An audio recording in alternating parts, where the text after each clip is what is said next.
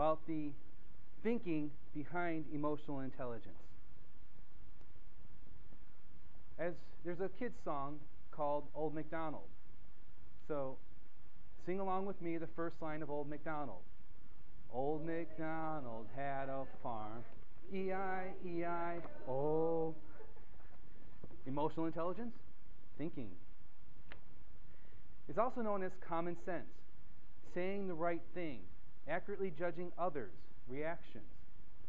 It's also for constructive use, common sense especially. There's two kinds of thinking behind emotional intelligence. There's constructive and destructive. The destructive, you get caught up in the distractions and you just can't move forward. The constructive is positive, action-oriented. It's about acceptance, like the serenity prayer. God, help me to accept the things I can change, the ability to change the things I can, and wisdom to know the difference. So acceptance is very important in constructive thinking. It's also about self-confidence, changing without the stress, and a problem-solving focus. Now, there's two mindsets involved with emotional intelligence. There's the rational, all fact-based. If you are aware of what you're thinking, it's conscious. It's the rational thought that we have. The other is the experiential. It's the unconscious. When we respond without thinking. We get hit in the arm, what do? We hit back. That's experiential thinking. We learn that from experience. Hit back. That's simple. Another example is when you learn of someone's death. You hear of it, and then right away you start to cry. But there's a process that makes you cry. It's not that other person made you cry, as I'll tell later. And mostly the experiential mind is tied to your emotions. We try to maximize pleasure and minimize pain. Once again, emotions are not caused by events. There's a process, and I'll demonstrate the process with an example. The event, your annual review. It was less than you hoped. So you interpret that less than hopeful evaluation, and you say, I didn't expect that. Then you decide to react. And you go through your emotions. Well, I'm fearful that I could lose my job, but I'm angry that she gave me such a low review. Then you decide to produce that emotion. Okay, my boss made me angry. I'm going to be angry. That's the thought process behind emotions. Now, to understand emotions, I'm going to go over the big four and give some plus or minuses about the big four emotions. Sadness. But it gives us an opportunity to reflect, to reevaluate what we've done or what's happened, and to consider changes. On the negative side, we could be paralyzed, and it can affect us physically, depression. Anger seems to be really useful.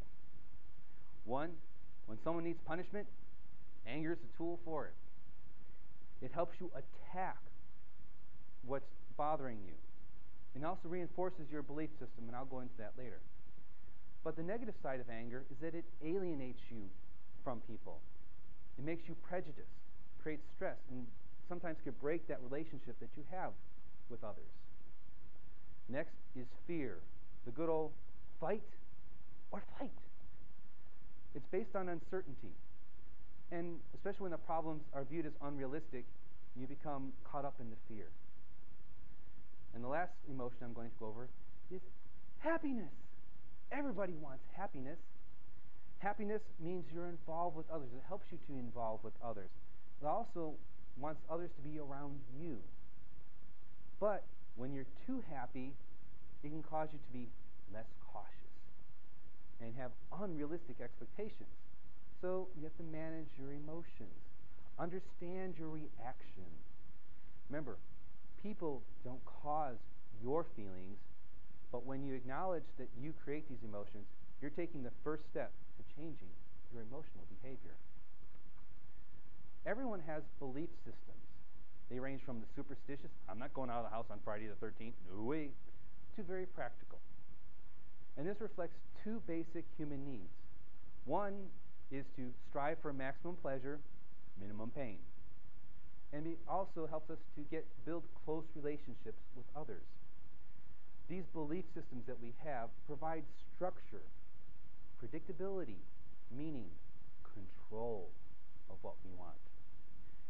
But this can be shaken by extreme events.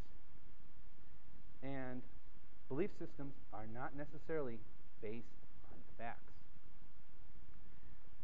We interpret these events to fit our belief system, not to challenge it.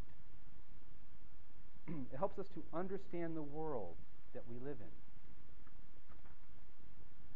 Now that we learned a little bit about the O behind emotional intelligence and the belief systems, now I'm going to talk about applying constructive thinking to work.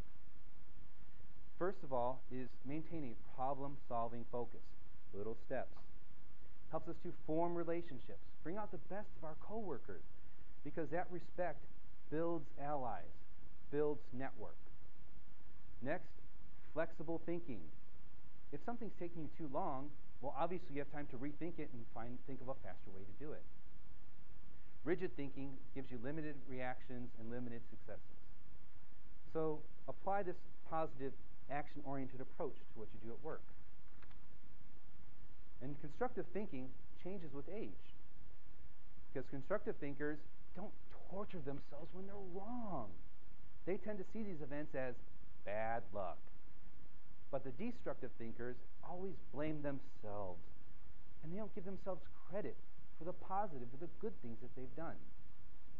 And why does these thinkings persist? Constructive persists because it works.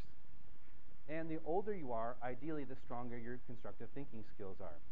If it's destructive, you decrease your disappointment, which is sort of good, but that maintains itself. So you're in this constant destructive thinking mode.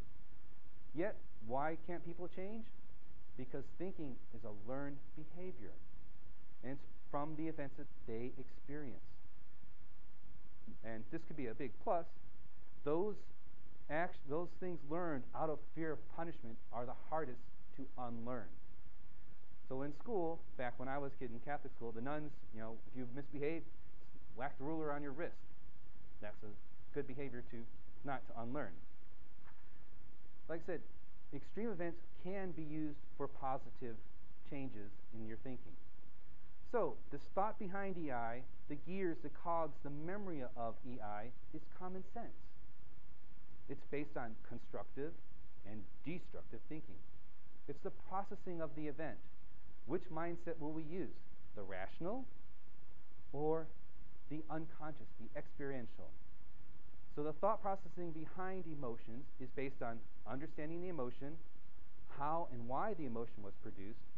It's based on a knowledge of the belief system, yours and others, and the experiences that built that system. So the process by which emotions are produced are: 1, there's an event. 2, we interpret that event. 3, we react based on the choice we've chosen. And 4, we decide to emote that feeling. So EI is like common sense is like wine. Over time, patience, experience, knowledge creates a favorable experience. So pour out experiences, raise a toast to constructive thinking, taste the success of your labors, and EI, oh. Thank you.